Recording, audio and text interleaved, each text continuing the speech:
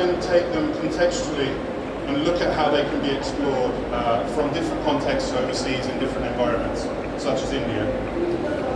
One of the main aspects that Finland introduced back in the early 70s, when we had a huge educational reform, was we wanted to change away from our curriculum-based approach into looking much more at how we can bring along students in an equitable way and to try and bring them along as individuals.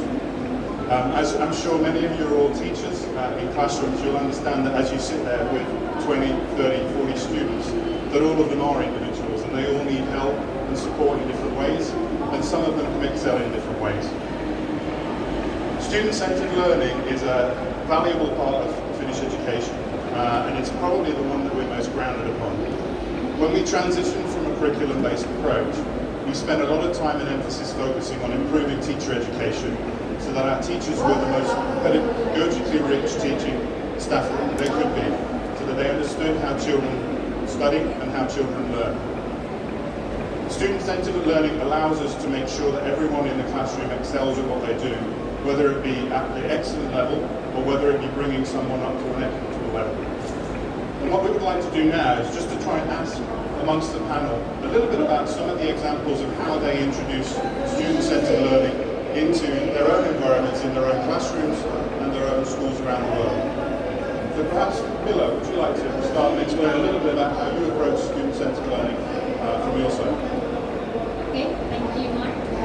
So I am specialized in the early education, so I will always cover these questions from the early education point of view. And in Finland, early education means from 0 to 6 years. After that, they go to the primary school. So student-centered learning, I would use the term unique child view. Each an individual is unique in the early education setup. In the Finnish curriculum, we don't have child and age-specific goals for the children to reach.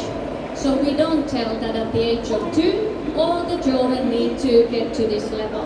At the age of 3, again, new goals to manage. We have pedagogical objectives that are the same for all the children from 0 to 6. And it means that the teachers need to think that how do I now teach and support this child that is 1 year old, and not only that is 1 year old, but it's this kind of 1 year old. And how we can support the children's unique ways is to learn about the child. So when the children come to the early education setup, together with the parents and the teachers, they fill out a form that what is this child like? What are their interests? What are their strengths? Where are they now? What should we as a team do so that we can be sure that this child will reach and learn and develop? So I think that's already different from the Indian setup, where you maybe look at that these are the activities and this is what everybody does, end of story. So this kind of early learning